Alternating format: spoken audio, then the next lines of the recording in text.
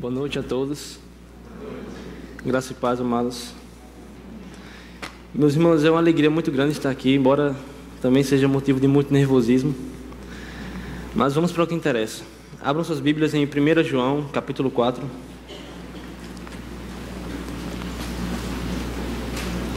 Versículos 17 em diante. Dessa forma, o amor está aperfeiçoado entre nós, para que no dia do juízo tenhamos confiança, porque neste mundo somos como Ele. No amor não há medo. Ao contrário, o perfeito amor expulsa o medo, porque o medo supõe castigo. Aquele que tem medo não está aperfeiçoado no amor. Nós amamos porque Ele nos amou primeiro. Se alguém afirmar, eu amo a Deus, mas odiar seu irmão, é mentiroso. Pois quem não ama seu irmão, a quem consegue ver, não pode amar a Deus, a quem não vê. Ele nos deu este mandamento: quem ama a Deus, ame também a seu irmão. Vamos orar. Pai, nós te louvamos, Senhor, porque a tua palavra é viva e eficaz, Senhor. O conhecimento, Paizinho, que tu revelaste para nós é vida, Senhor. Eu te peço, Pai, abre os nossos corações, Deus, para ouvir a tua palavra e entendê-la, Senhor. Tu conheces, Paizinho, as nossas incapacidades, Pai. Somos falhos em te ouvir, Senhor. Mas eu te peço, Deus, rompe com a nossa surdez hoje, Senhor. Fala ao coração da igreja, Senhor. Me usa, Deus, apenas como um mero instrumento para falar o que tu queres dizer à tua igreja, Senhor. Deus, foi dessa forma que por séculos, milênios, o Senhor sustentou a tua igreja, Senhor, por meio da palavra poderosa do Senhor, Deus. E nós te pedimos que não seja diferente hoje, Senhor, mas que fales ao nosso coração, Pai, abundantemente, Pai, e nos ajude, Deus, a com esta mensagem, Pai, apenas e tão somente, Deus, te adorar. É no nome de Jesus que nós oramos. Amém. Meus amados, eu quero começar lendo um texto de um puritano do século XVII chamado Stephen Charnock. Ele escreve da seguinte forma: olhemos para o Cristo crucificado, pois Ele é o remédio de todas as nossas misérias. A sua cruz garantiu a nossa coroa. A sua paixão acabou com as nossas transgressões. A sua morte desarmou a lei. O seu sangue lava as nossas almas. É este sangue de Cristo, a destruição de todos os nossos inimigos. É a fonte de nossa alegria e é o testemunho interno do amor divino. Meus amados, a mensagem que eu quero trazer hoje se propõe a explicar como um fato que aconteceu fora de nós, que é a crucificação de Cristo, tem implicações diretas dentro de nós. Como que um fato que se tornou presente no tempo e na história é capaz de apagar o nosso passado, transformar o nosso presente e garantir a nossa eternidade. Como um fato é capaz de fazer isso? Para tanto, eu vou usar o texto de 1 João. E desde já eu queria fazer algumas observações. Este capítulo é a porção da carta de 1 João que mais fala sobre amor. João explica exaustivamente sobre amor. E ele divide isso em 3 partes. Logo de princípio, no versículo 7 ao 12, João vai falar sobre o amor de Deus. E ele fala nos versículos mais lindos da Bíblia: nisto consiste o amor. Não que nós tenhamos amado a Deus, mas que Deus nos amou e Ele entregou o seu Filho para que nossos pecados fossem perdoados. Ele fala sobre o amor de Deus e o fato de que Deus é a essência do amor. Em seguida, nos versos 13 ao 16, João vai falar sobre o permanecer nesse amor, apropriar-se deste amor. Ele confessa: Deus é amor. Esta é a confissão joanina de Deus. E ele fala: se permanecermos em amor, permanecemos em Deus. Se permanecemos em Deus, permanecemos em amor. Os versos que vamos estudar falam sobre as consequências. Quando um homem é colidido pela cruz, pelo amor de Deus, o que acontece dentro dele e fora dele. Para tanto, meus irmãos, vamos usar os versículos 17 ao 21. No entanto, antes de adentrar a mensagem, eu preciso fazer uma pequena observação, mas importante. Como nos ensinou Marco Teles numa de suas pregações recentemente, a literatura joanina, na primeira carta de João, não é linear. João não escreve esta carta tão organizadamente como Paulo. Paulo escreve, geralmente, uma explicação doutrinária e uma aplicação. As suas cartas, geralmente, são doutrina, teologia pura, depois aplicações. João não. João, ele escreve de modo cíclico. João fala sobre um assunto, depois ele menciona algo que já havia falado, e lá na frente ele fala algo que vai explicar melhor depois. Então ele não é tão organizado assim. No entanto, antes, e isso é importante, antes da maior porção da carta, que fala sobre amor, João precede esta informação com um alerta para a igreja. O alerta está nos versos 1 a 6. O zelo que a igreja deve ter com o manuseio da verdade. O zelo que os irmãos devem ter com a verdade, com a palavra de Deus. João alerta a igreja para não suportar falsos mestres, falsas promessas, falsos evangelhos. E por que isso é importante, meus irmãos? Porque é impossível, segundo João, dissociar a ideia de amor da verdade. É impossível amar sem a verdade. Nós tratamos dessa série sobre discipulado, e boa parte do discipulado se trata de receber informação. Mas o perigo mora aí, porque se a igreja não discipula segundo a palavra de Deus, e palavra de Deus entendida como a Bíblia de A a Z, se a igreja não faz isso, a igreja forma discípulos para si mesmo e não para Deus. A partir do momento que nós escolhemos o que falar, a partir do momento que nós separamos ou deixamos de usar a Bíblia em tal parte, apenas o que eu gosto da Bíblia, eu não estou adorando a Deus, não estou discipulando para Deus. O discipulado cristão é fundamentado na palavra. E lembremos, meus irmãos, em segundo lugar, do alerta que Paulo faz aos Gálatas. Afastar-se da verdade bíblica implica afastar-se do próprio Deus. Portanto, tendo em vista esse alerta, estudemos agora o que acontece, as consequências de alguém que foi colidido pela cruz, quando a cruz encontra o discípulo. Eu listei duas respostas que vocês vão encontrar no boletim. A primeira delas: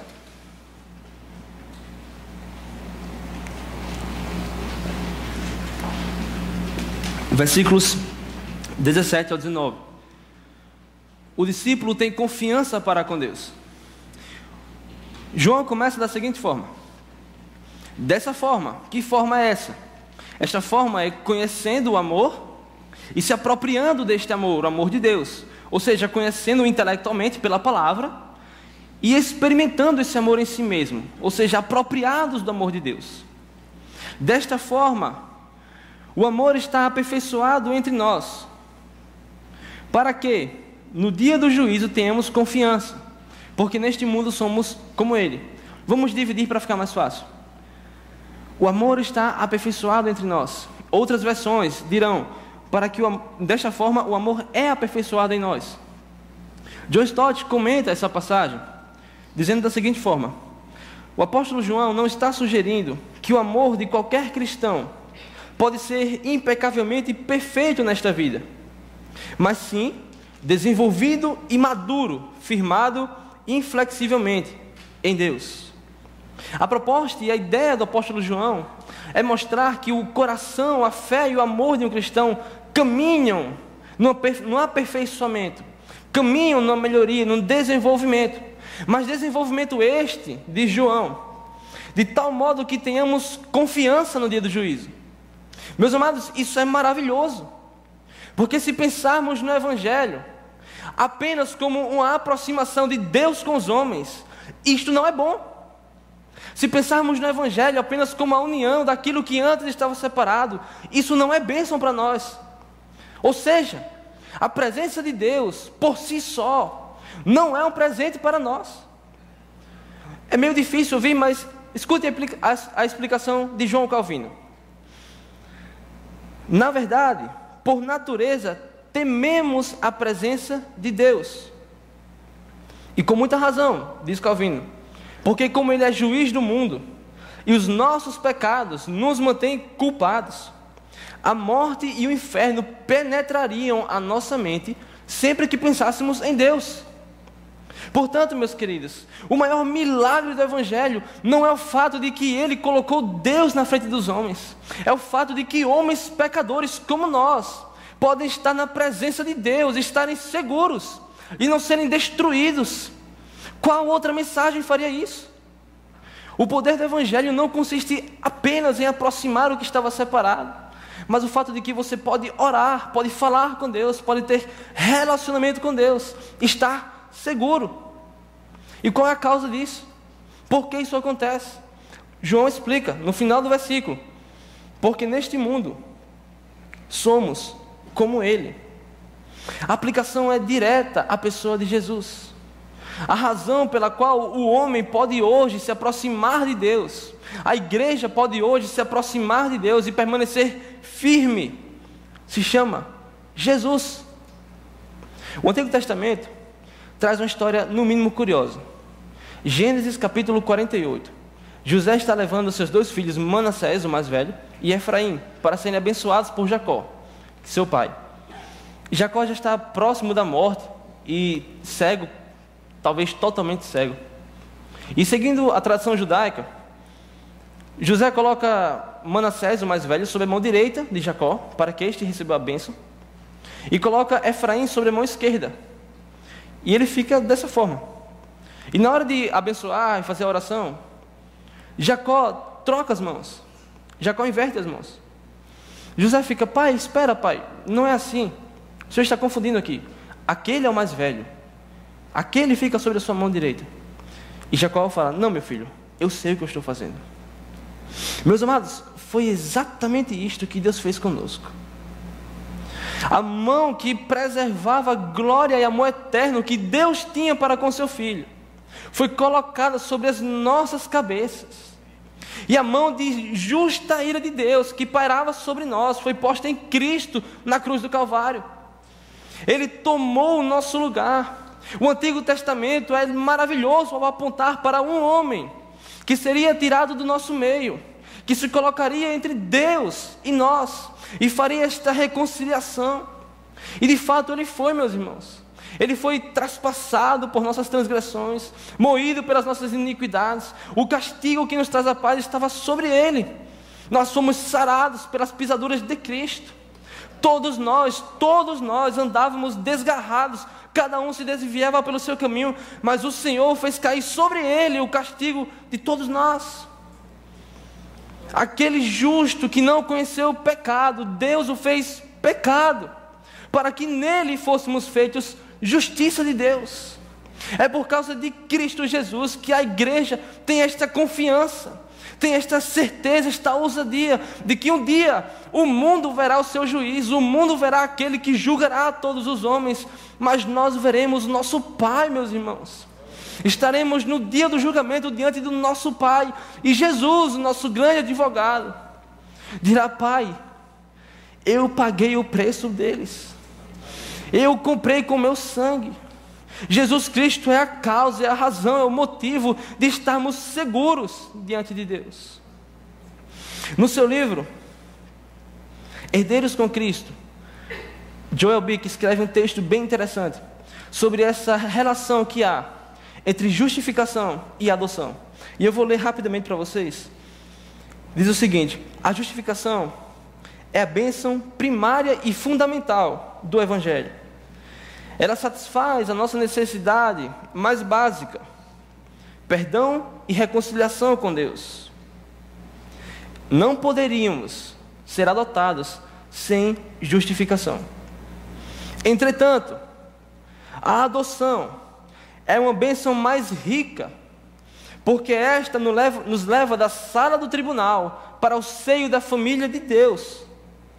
E agora, citando Thomas Watson: exigiu-se muito de Deus para pegar um pouco de pó e fazer uma estrela.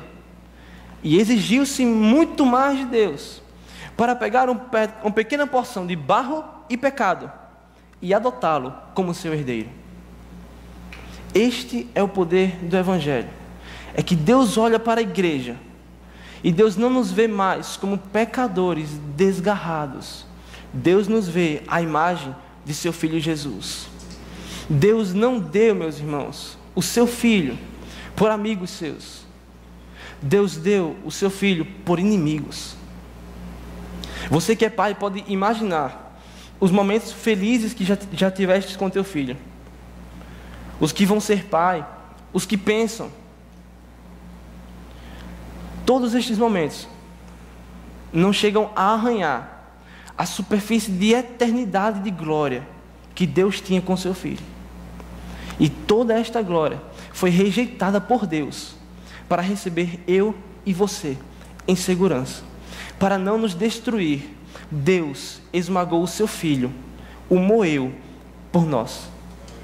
Amém, meus irmãos? O apóstolo João, depois de sentenciar e propor a ideia desta epígrafe, ele vai apenas explicar um pouco mais. E o versículo 18 vai tratar sobre o medo. E ele diz o seguinte: no amor não há medo. Ao contrário, o perfeito amor expulsa o medo. Porque o medo supõe castigo. Aquele que tem medo não está aperfeiçoado no amor. Meus amados, segundo João, o medo introduz uma ideia de castigo. E esta ideia de castigo, segundo o próprio João, é incompatível com aqueles que foram reconciliados na cruz, com aqueles que entenderam o sacrifício da cruz. F.F. Bruce, pensando nisso, comenta: castigo é o que recebem todos aqueles que, pela sua desobediência, já estão condenados. Meus amados, por que é perigoso ter medo de Deus? Por que pensar em ter medo de Deus parece ser algo tão simples, mas é tão perigoso? Porque ter medo de Deus, nós que entendemos o Evangelho, que ouvimos o Evangelho, implica apontarmos para a cruz e gritarmos contra ela: você não foi suficiente. O sacrifício da cruz não foi suficiente, não foi perfeito, não foi pleno, não foi total, não foi legítimo. Se eu tiver medo de Deus, eu estou afrontando o sacrifício da cruz, pois nele todos os nossos pecados foram perdoados. E esse é o problema do coração religioso. E é por isso que o coração religioso não consegue se dobrar a Deus. É por isso que o coração religioso não consegue se dobrar à cruz, porque no fundo não confia no sacrifício. Não confia que Jesus Cristo foi santo e perfeito, pronto a expiar todos os nossos pecados. E pode ficar pior. Se pensarmos um pouco mais, pode ficar pior. Por quê? Porque somente um, meus irmãos, somente um homem foi achado digno, foi achado 3 vezes santo, como um Deus 3 vezes santo, para se colocar na cruz e sofrer a condenação pelos nossos pecados. Somente um homem se arriscou na cruz do Calvário, pronto para perdoar e apaziguar o coração de Deus.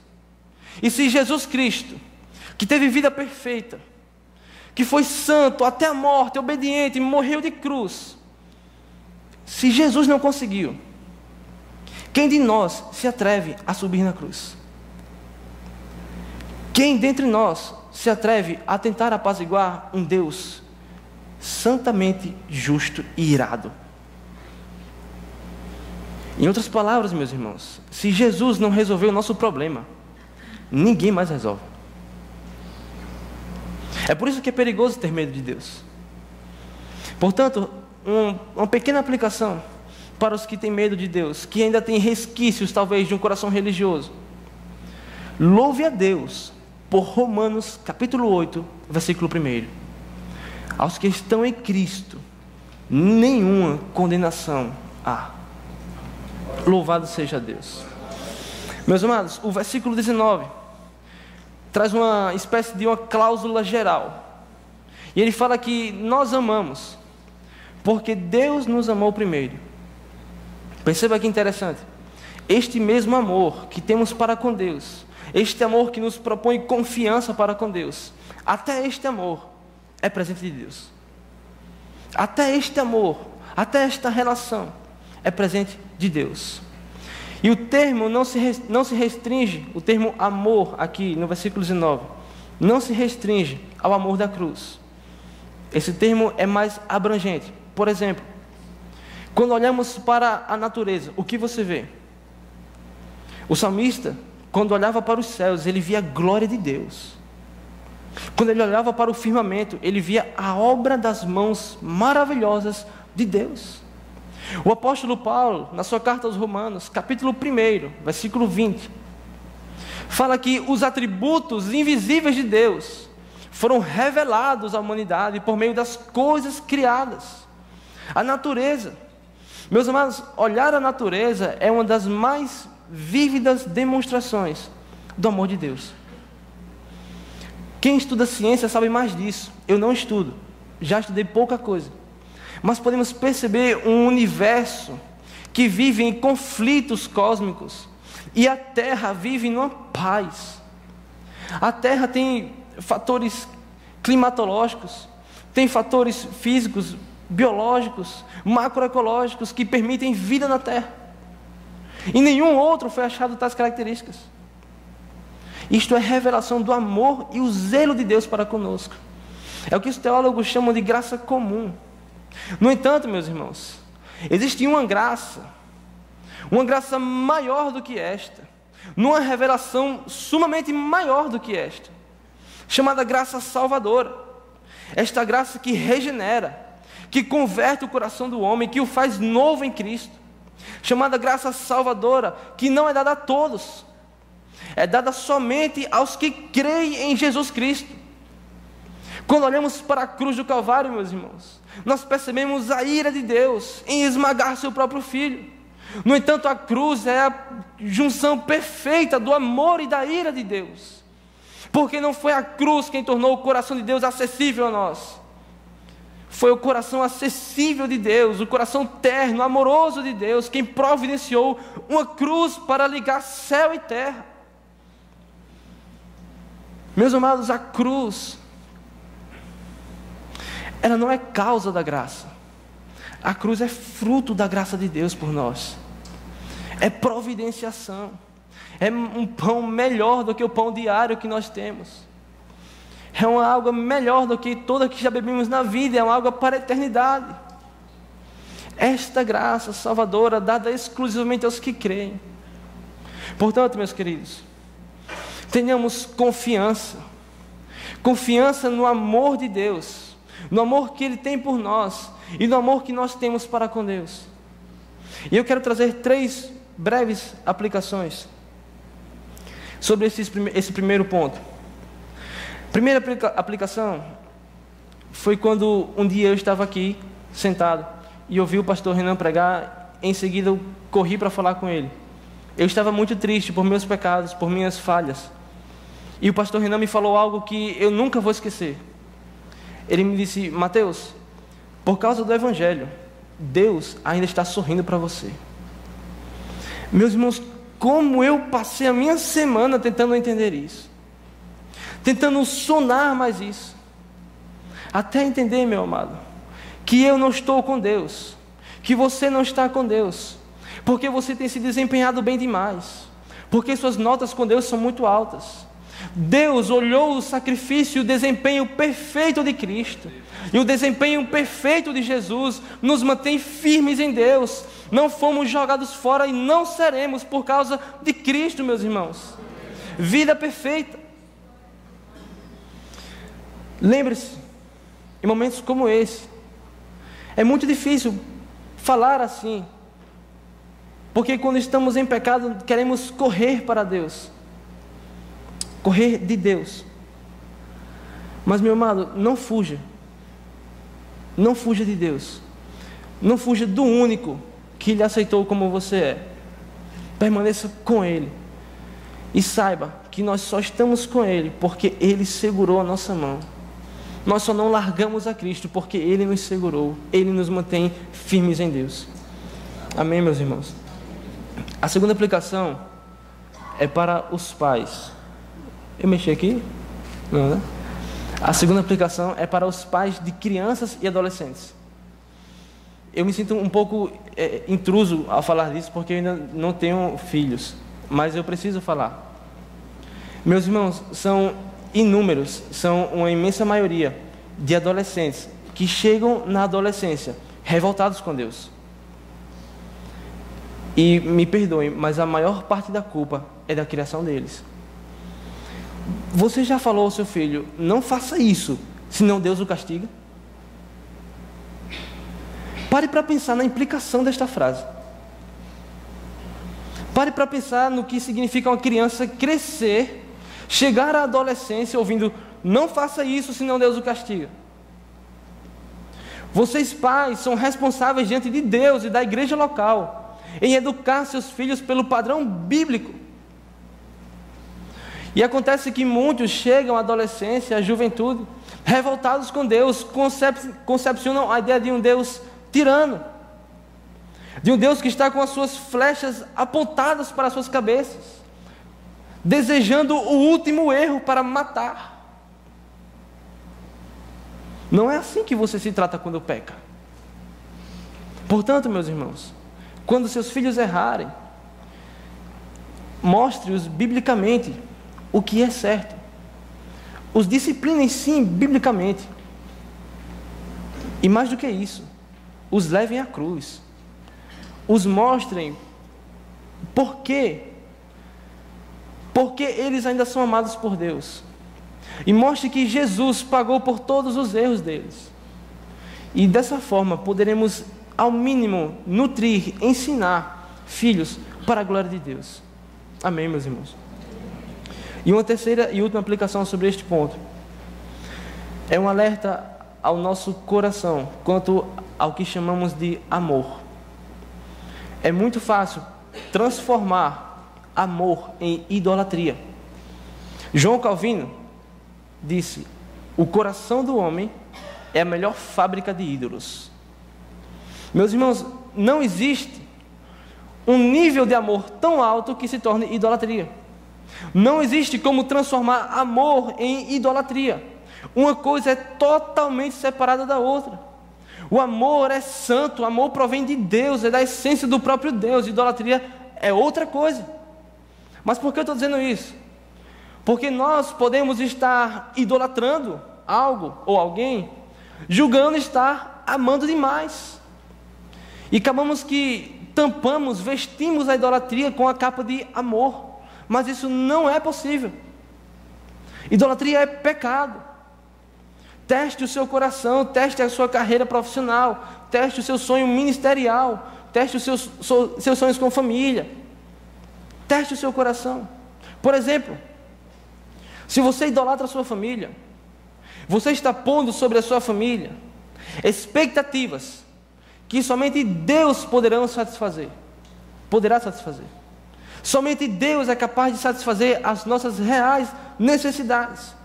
E colocar esta necessidade, esta expectativa sobre a família, por exemplo, é escravizá-la. Porque essa família nunca poderá fazer o que só Deus faz. E segundo,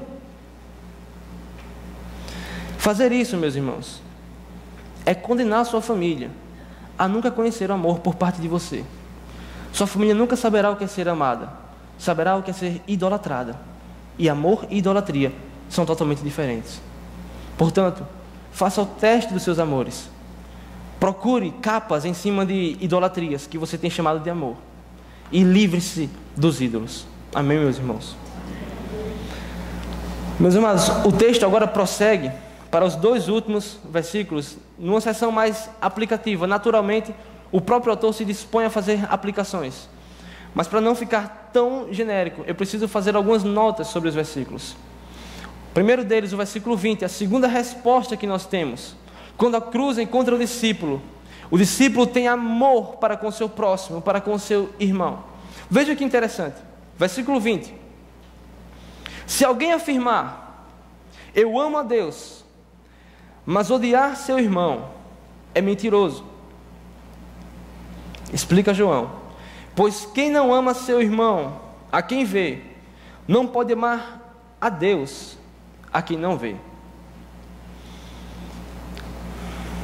A ideia, segundo John Stott, é que o amor que lança fora o medo também lança fora o ódio. O amor que lança fora o medo também lança fora a indiferença. O amor tem esta capacidade. E segundo João, esta é uma mentira. Na verdade, é uma das 3 mentiras que João desmascara nesta carta. A primeira mentira que ele desmascara ao começo da carta é a mentira moral. João fala que se alguém afirma estar com Deus, mas anda em trevas, é mentiroso. Esta é a mentira moral. A mentira doutrinária: se alguém afirma ter relação com Deus, mas nega a divindade do Filho, é mentiroso. E a mentira social: se alguém afirma amar a Deus, mas odeia a seu irmão, é mentiroso. A lógica é simples, partindo do menor para o maior. Segundo John Stott, é mais fácil amar e servir a quem se vê do que amar e servir a quem não se vê. Portanto, não conseguir fazer o mais fácil e pretender fazer o mais difícil é tolice. Veja como João Calvino comenta: é uma falsa glória quando alguém diz que ama a Deus, mas não ama a sua imagem que está diante dos seus olhos. Eu amo a Deus, mas não amo a sua imagem que está diante dos meus olhos. No mesmo sentido, o comentarista Matthew Henry escreve: o cristão tem em si, de forma visível, muita coisa da parte de Deus. Como então, aquele que odeia a imagem visível de Deus, nosso, pode pretender amar o original invisível, o próprio Deus? Meus irmãos, este ponto é importante, porque quando nós pensamos no amor, podemos dividi-lo. Primeiramente, você amar sem conhecer a Cristo, e você amar conhecendo a Cristo. No seu livro Finalmente Vivos, John Piper fala sobre este texto, dizendo da seguinte forma: quando nós nascemos de novo, a nossa natureza, ela é totalmente trocada. Por exemplo, você já foi ao médico com alguma infecção, e o médico falou: olha, isso aqui vai ter que arrancar. Por exemplo, uma unha, algo do tipo, tem que arrancar porque já está podre, não adianta mais. Qual é a ideia? Se eu tenho que arrancar um membro, é porque ele já está podre, não serve mais. Quando Nicodemo chega para Jesus para falar sobre isso, Jesus dá um diagnóstico um pouco interessante. Ele fala: você tem que nascer de novo. Do ponto de vista médico, isso significa que tudo, meu irmão, que você tem já está podre. Tudo que você tem já está acabado. Só outro nascimento para poder melhorar a sua situação. E quando nascemos de novo, meus irmãos, a nossa natureza, ela é unida à natureza de Deus. E a natureza de Deus, segundo João, é amor. A marca que o mundo verá na igreja é o modo como eles amam. Como eles amam-se entre si e como eles se amam para fora da igreja. Portanto, quando João fala que aquele que nasceu de novo, quando João fala que aquele que conheceu esse amor, que se apropriou desse amor, ele amará o seu próximo, ele não está sugerindo um amor qualquer. Um amor pautado numa boa ética, numa boa moral, numa boa fé, nos bons costumes. Não. Está sugerindo um amor pautado na ética do reino. Um amor pautado naquilo que recebemos de Deus. Se você recebeu de Cristo Jesus a maior demonstração do amor de Deus, como é possível que amemos tão pouco? Como é possível que nosso conceito amoroso seja tão restrito? E no Evangelho, nós somos chamados a transpor todas as barreiras que a cruz derrubou. A cruz derruba barreiras sociais, econômicas, filosóficas e ideológicas, todas. Perceba as pessoas que estão ao seu lado. Poucos, talvez nenhum, tenha o mesmo pensamento que você. Talvez não seja nem um pouco parecido com você. Mas o Evangelho promove esta reunião de pessoas diferentes. E a beleza do Evangelho é que ele faz da igreja um só corpo, mas tão diferente entre si. Meu amado, quando nós somos chamados por Deus ao amor, nós temos que quebrar e romper esses preconceitos que nós temos. A igreja deve avançar em todas as direções. Meus amados, eu não quero julgar a igreja, Deus me livre de fazer isso, mas apenas reflita. Quantos de nós, membros da PBE, estamos envolvidos nas ações missionárias dessa igreja? Há 3 semanas, eu estava no meio de uma rua, lá no bairro São José, e eu e Vinícius, a gente parou, e num raio de 15 metros, mais ou menos, nós observamos 4 igrejas. Era basicamente o louvor acabando de uma para começar a pregação de outra, porque senão não ia dar. 4 igrejas, os nomes eram os mais diversos que eu nunca poderia imaginar. E nós fizemos abordagens com as pessoas do bairro. E as pessoas do bairro eram daquelas igrejas. Meus amados, nenhuma delas soube responder quem é Jesus. Nenhuma delas soube responder o que Jesus veio fazer aqui na terra. A resposta mais complexa que eu achei sobre Jesus foi: Jesus é aquele a quem a gente pede as coisas.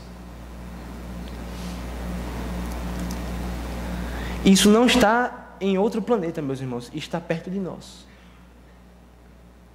Você está vendo agora o perigo de amar sem a verdade? De separar o amor, o altruísmo da verdade? A pergunta que fica é: como a igreja, como aqueles que nasceram de novo, se posicionam diante disso? Você sabe dessa realidade agora. Você pode olhar de outro modo, pode virar as costas para essa realidade, mas não pode mais dizer que não sabia. No amor, meus irmãos, no amor evangélico, nós somos intimados por Deus a superar estas barreiras. Caso contrário, pense, se Deus não tivesse superado essas barreiras, se Deus não procurasse amar pessoas de diferentes classes sociais, pessoas que fossem de níveis econômicos mais baixos que o seu, se Deus não amasse aqueles com um pensamento filosófico mais baixo que o seu, quem de nós, meus irmãos, está no nível econômico daquele que é dono de todas as coisas? Quem de nós está no padrão social do Rei dos Reis, que está sentado sobre o trono nos céus? Quem de nós está no nível filosófico daquele que é o princípio de toda a sabedoria, que é a essência da sabedoria, de onde todas as coisas vieram?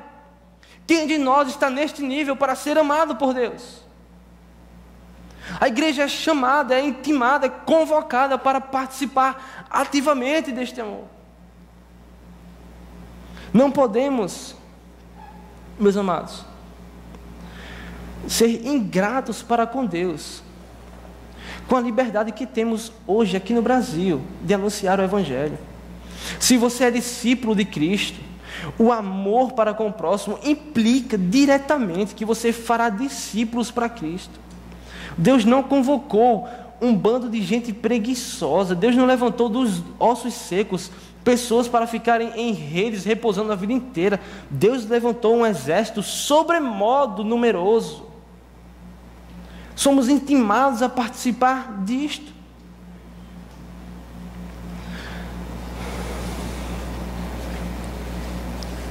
E isto não é uma opção. Biblicamente, não é uma opção que Deus dá. Servir, amar, não servir. O versículo 21 diz que recebemos este mandamento. Meus amados, entre as linhas da explicação, não amar é desafiar a autoridade de Cristo. Cristo Jesus resume a lei: ame ao seu Deus e ame ao seu próximo. João acabou de explicar: se você não ama o próximo, não pode amar a Deus. Percebe na encruzilhada que isso vai levar? Se você não amar ao seu próximo, você está desabilitado para amar a Deus. É uma evidência de que nós não conhecemos de fato a Deus, quando não amamos um ao outro. Portanto, meus amados, Deus nos deu este mandamento. E sobre este ponto, quem estiver acompanhando a série pelo livro do David Platt, o capítulo 6, fala sobre esta busca desenfreada que o homem tem feito para encontrar a vontade de Deus. Pessoas passam a vida inteira: Senhor, qual é a tua vontade para a minha vida? Senhor, o que eu devo fazer? Senhor, Senhor, Senhor, Senhor. E se esquecem de olhar para a vontade revelada de Deus. Se esquecem de olhar para aquilo que Deus já mostrou para fazermos. A Bíblia, meus queridos, ela não foi exaustiva em todos os seus pontos. A Bíblia não trouxe o local onde você vai morar, a profissão que você terá, quantos filhos você vai ter. A Bíblia não foi específica em todos esses pontos. Ela fez algo muito melhor. A Bíblia nos deu, por meio de Cristo Jesus, um relacionamento com Deus. E este relacionamento com Cristo Jesus é que guiará as nossas decisões. Portanto, meus irmãos, é necessário que vocês saibam que o desejo de Deus, de que você conheça a vontade dEle, é muito maior do que a sua própria vontade de conhecê-la. O maior interessado de que nós conheçamos a vontade de Deus é Ele mesmo. Deus não está brincando de charada, de enigma. Deus não está jogando com os homens. A vontade está revelada. Portanto, meus amados, vamos nos colocar à disposição desta vontade.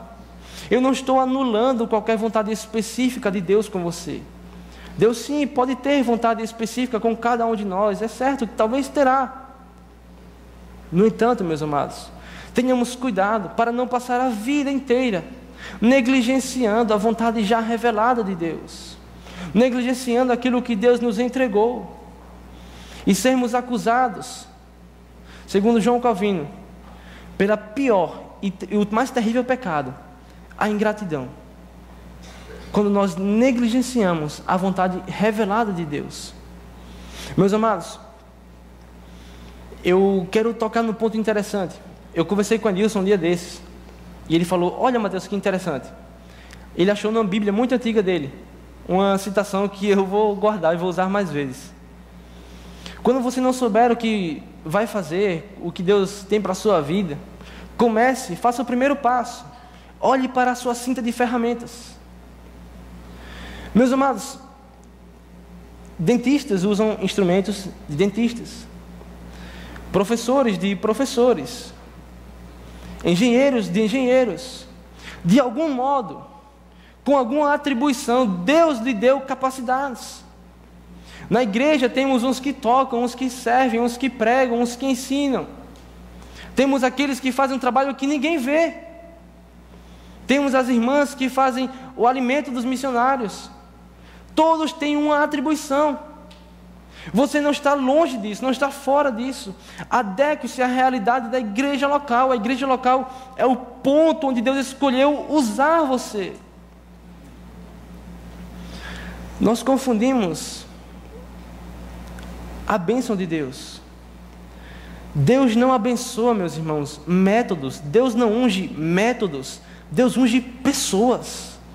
Deus escolheu pessoas para proclamar o Evangelho, para servir a igreja, o corpo de Cristo. Ele não está preocupado com os métodos mais modernos, os mais eficientes. Deus quer corações contritos, quebrantados, mas entregues a Ele. Guardemos isso, meus irmãos. E uma outra aplicação: ao olhar para a palavra de Deus, ao buscar a palavra de Deus, busquemos-na não como, sabe, um mapa onde está se aproximando um tesouro, um enigma, uma charada. Busquemos a palavra de Deus para fortalecer o relacionamento com Cristo Jesus. Busquemos a palavra de Deus para encontrar nele o próprio Deus. Martin Lloyd Jones falava: quando você abrir sua Bíblia, você terá um encontro com Deus todas as vezes que abri-la. Portanto, meus amados, olhe a Bíblia hoje como a mais preciosa revelação de Deus. Não busque, meu Deus, o que eu vou fazer, quando eu vou fazer, como. Não, busque fortalecer a relação com Cristo Jesus. Esta é a vontade de Deus, que tenhamos a Cristo como nosso Senhor, como nosso maior amor. E por meio de Cristo, amemos uns aos outros. Meus amados, esta série de discipulado tem por objetivo resgatar princípios cristãos que foram apagados na história. E quando eu estava preparando esta mensagem, conversei com o pastor Renan, e eu pedi: Senhor, eu quero uma mensagem que promova paz no coração dos meus irmãos, paz por meio do sangue de Cristo que nos reconciliou com Deus. Mas eu também quero, Senhor, que Tu mudes a postura da Tua igreja, que o Senhor transforme as atitudes, Paizinho, que Teu Evangelho seja visto na prática. E eu faço esta oração, meus irmãos, que Deus promova esta paz, sabe, soberana em nosso coração, na certeza de que estamos seguros para a eternidade. E Deus promova esta inquietude no seu coração, para que você haja para fora, para que você se movimente para correr atrás dos perdidos. Este vídeo que o pastor Walter passou parece escandaloso, mas não deveria ser. Se a igreja estivesse mais atenta, se a igreja estivesse menos indiferente, não deveríamos nos assustar tanto com isso. Deveríamos nos assustar com o fato de que estamos aqui sentados, de que estamos passando as semanas e semanas, meses e anos sem discipular um sequer, sem pregar o Evangelho para uma pessoa sequer, enquanto na sua vizinhança tem pessoas que estão caminhando a passos largos para o inferno, no trabalho, na faculdade. Isto é negligenciar a vontade revelada de Deus e de fazer discípulos. Meus amados, que Deus possa nutrir no nosso coração novamente testemunho de homens como John Bunyan, que de tanto correr de cavalo para pregar, ficou doente e morreu. George Whitefield, um dos missionários que mais eu tenho inspiração, que pregou um dia antes de morrer. George Whitefield, certa vez, estava pregando num púlpito. O seu púlpito, sabe o que era? Uma mesa de feira livre. Estava pregando sobre a mesa e jogaram uma pedra nele. E quando a pedra atingiu a cabeça dele, abriu um ferimento terrível e ele ficou todo sujo de sangue. E ele ilustrou o Evangelho com o seu sangue. George Whitefield pregou um dia antes de morrer. Me pergunte qual a idade desses homens. Uns com 60, outros com 80, uns com 50 e poucos anos. E por que estamos tão parados, meus irmãos? Evangelismo não é coisa de jovem que não tem o que fazer. Evangelismo é coisa de quem é discípulo.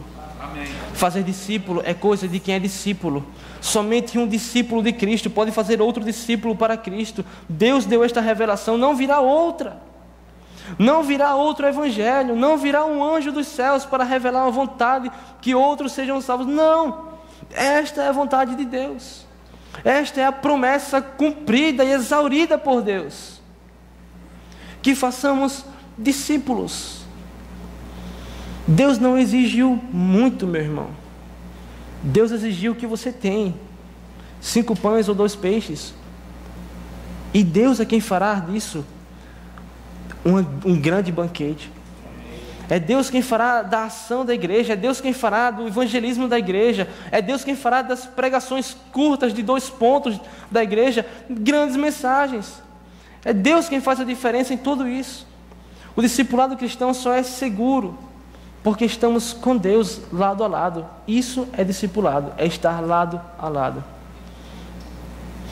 Somente para entrar na conclusão, Friedrich Nietzsche, um filósofo alemão, escreve em um dos seus livros: conjuro-vos, ele escreve muito difícil assim mesmo, a vocês, meus discípulos, que abandonem a mim mesmo e encontrem-se a si mesmos. Nietzsche acreditava numa verdade superior, num super-homem, naquele que poderia transpor a sua própria realidade, a realidade que ele chama de dominante. Mas para isso, Nietzsche falava: você vem até mim, eu te dou umas instruções e você vai embora. Ache a si mesmo, encontre suas verdades. Cristo Jesus não fez isso. O nosso mestre disse: venham até mim, lancem sobre mim as suas cargas pesadas, e eu as levarei até a cruz, e eu caminharei com vocês até a consumação dos séculos, e nunca vos deixarei. Não vos deixarei órfãos, voltarei para vós, trarei o meu Espírito, outro Consolador que estará convosco. Dia após dia o Senhor está ao nosso lado. Este é o grande mestre que nenhuma outra filosofia ou religião traz. Um mestre que caminha com seus discípulos tão fracos, tão falhos, e suporta as nossas quedas. Você já teve filhos pequenos, já sabe o que é tentar andar com eles caindo e você indo atrás. É isso que Deus faz, meus irmãos, com a igreja. Deus carrega a sua noiva. Deus está caminhando com sua noiva dia após dia, suportando as quedas, suportando as falhas, as idolatrias que nós temos ainda. E Ele não nos deixou. Ele está conosco hoje ainda, para a glória do seu nome e para a sobrevivência dos nossos corações no reino de Deus. Meus amados, eu quero terminar, quero concluir com a história de um homem indiano chamado Kailash Satyarthi. Este homem é ativista de direitos humanos no mundo inteiro. Foi premiado em 2014 com o Prêmio Nobel da Paz. Kailash tem dedicado a sua vida, hoje aos 65 anos, a libertar escravos e crianças de condições de trabalho degradantes. E ele conta que uma vez na Índia, ele cercou uma pedreira que ficava no meio de um mato, porque nessa pedreira haviam fortes indícios de trabalho escravo. Denúncias mais denúncias. Pessoas sumiam naquela região e nunca mais eram vistas. E ele passou a madrugada inteira cercando aquele local. Até que deu 6 horas da manhã, entre 5 e 6, os guardas saíram. E Kailash invadiu aquela pedreira com as autoridades que estavam com ele, alguns voluntários. Rapidamente, esta palestra está no YouTube, foi feita no TST em 2012. E Kailash, quando entrou naquela pedreira, ele encontrou centenas, não foram 1, 2, 3, foram centenas de escravos. E eles não tinham nem como levar todos, e colocaram um monte de gente nos carros e saíram da pedreira. E Kailash estava com 4 a 5 crianças no seu carro. E uma garotinha de 8 anos, meus irmãos. Uma menina de 8 anos disse: eu quero comer, estou com fome. Kailash não tinha comida, ele pegou uma banana que estava no carro, que ele havia coletado de madrugada, enquanto estava à espreita. E ele entregou a banana para a garota. E a garota mordeu essa banana com a casca. E ele disse: não, querida, não é assim, deixe de mostrar como faz. Removeu a casca da banana e deu para ela. A menina mordeu a banana, não gostou e jogou a banana fora. E ele continuou prosseguindo, quando de repente uma mão puxou ele com força pelo seu ombro. E ele olhou para trás, a garotinha estava com os olhos nele, dizendo: por que você demorou tanto? Por que você demorou tanto? Kailash ficou assustado com aquela pergunta. Mas ele prosseguiu, dirigindo.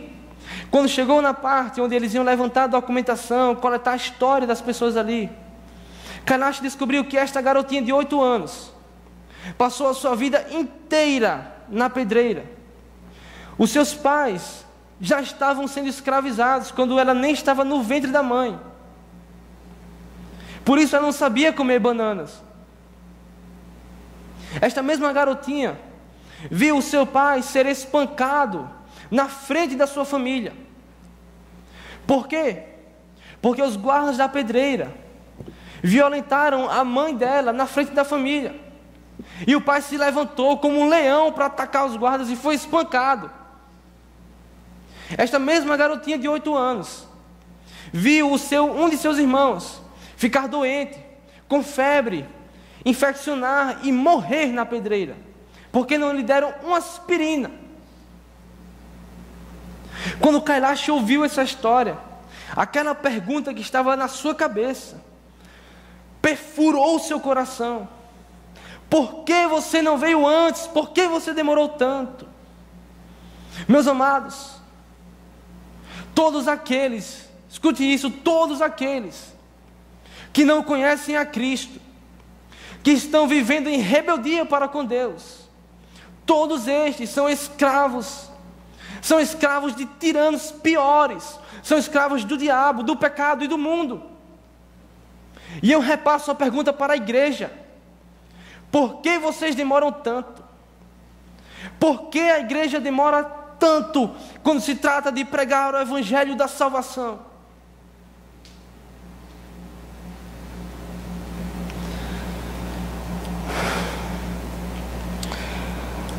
Pai querido, nos perdoe, Senhor. Pai querido, nos perdoe porque demoramos muito, Pai. Porque há pessoas, Paizinho, que não receberam ainda a graça que nós recebemos. Há pessoas que estão sendo escravizadas, Pai, pelo pecado. Há pessoas que estão na nossa família, que estão na nossa vizinhança, no nosso trabalho, que não conheceram esse amor, que um dia serão acusadas por seus pecados diante de Deus. Nos perdoe, Jesus, porque somos falhos, Pai. Falhos no discipulado. Somos falhos em fazer discípulos para Cristo Jesus. Falamos mais do nosso time do que do nosso Salvador. Nos perdoe por isso, Deus. Pai amado, tem compaixão de nós. Usa a Tua palavra, Senhor, que ela sirva ao propósito designado por Ti em nossos corações. Que ela promova frutos, Paizinho, de graça e arrependimento em nós, Pai. Porque precisamos, Senhor. Necessitamos desta graça. Necessitamos desta graça, Senhor. Já nos basta, Deus, termos lançado, expulsado nosso Salvador naquela cruz. Mas hoje que o Senhor invadiu nossos corações com Tua graça, nos torne mais sensíveis, Pai, à Tua vontade revelada. Nos torne mais aptos, rápidos, para não demorarmos tanto, Senhor. Não permita, Senhor, que vejamos, Paizinho, nossa vida passar enquanto negligenciamos a Tua vontade para nós. Toque em nosso coração, Senhor, outra vez. Aquece de modo estranho o nosso coração outra vez, Pai. Somente o Senhor poderá fazer isso, Pai. Somente o Senhor pode fazer isso. Oh Deus, somos tão falhos, mas eu preciso ainda, Pai. Eu não posso acabar essa oração aqui, Pai. Eu preciso agradecer, porque sendo tão falhos assim, temos confiança diante de Deus. Porque a Tua igreja não é perfeita, Senhor. Nós não somos, estamos longe da perfeição. Mas ainda assim estamos seguros em Cristo, Senhor. Estamos seguros naquele que nasceu por nós, que viveu por nós, morreu e ressuscitou por nós, Pai. Estamos seguros em Jesus, Pai. Louvado seja o Seu nome, Deus. Porque Tu escolheste amar. Porque Tu escolheste, Pai, se relacionar. Tu sempre estivesses bem, Senhor. Tu habitavas em plena comunhão, trina comunhão, Deus Pai, Filho e Espírito. Não precisavas de nada para te satisfazer, Senhor. Tu sempre fostes perfeito de eternidade a eternidade, Senhor. Mas Tu escolheste, Paizinho, criar-nos, Paizinho, para compartilharmos deste amor contigo. Este amor, Pai, precioso amor, que nos criou, que viu e assistiu a nossa traição, Pai, mas que providenciou prontamente, Deus, uma redenção gloriosa em Cristo Jesus. Louvado seja o nome de Cristo Jesus, porque Ele, Deus, como providenciação do Senhor, Pai, nos trouxe de volta a Ti, Pai. Estávamos longe, Senhor, éramos estranhos, pecamos contra o Senhor, não éramos dignos de ser chamados Teus filhos, Paizinho. Mas Tu nos deste uma veste maravilhosa em Cristo Jesus, puseste uma aliança em nossos dedos, Pai, e nos chamaste para dentro de casa, Deus. Louvado seja o Seu nome, Pai. Oh Deus, quão precioso é este nome. Por favor, Senhor, Nos permita amá-lo mais, Senhor. Nos mostre, Paizinho, a tua glória, Senhor. Aquece, Paizinho, as friezas que estão em nossos corações, Pai. Por causa deste amor, Senhor. Por causa deste amor que nos amou, que nos ensinou a amar, que nós também amemos ao nosso irmão, Pai. Que a tua palavra, Senhor, chegue aos cantos mais remotos da terra, Senhor, por meio de missionários, Senhor. Missionários que entendem, Senhor, que nasceram para a glória do teu nome. Pessoas do nosso meio, desta igreja, Paizinho, que dedicarão a sua vida, Pai, à pregação do Evangelho, Deus. Só podemos te louvar, Senhor. Só podemos te agradecer, Pai. Louvado seja o teu nome para todo sempre. Amém. Vamos todos ficar de pé.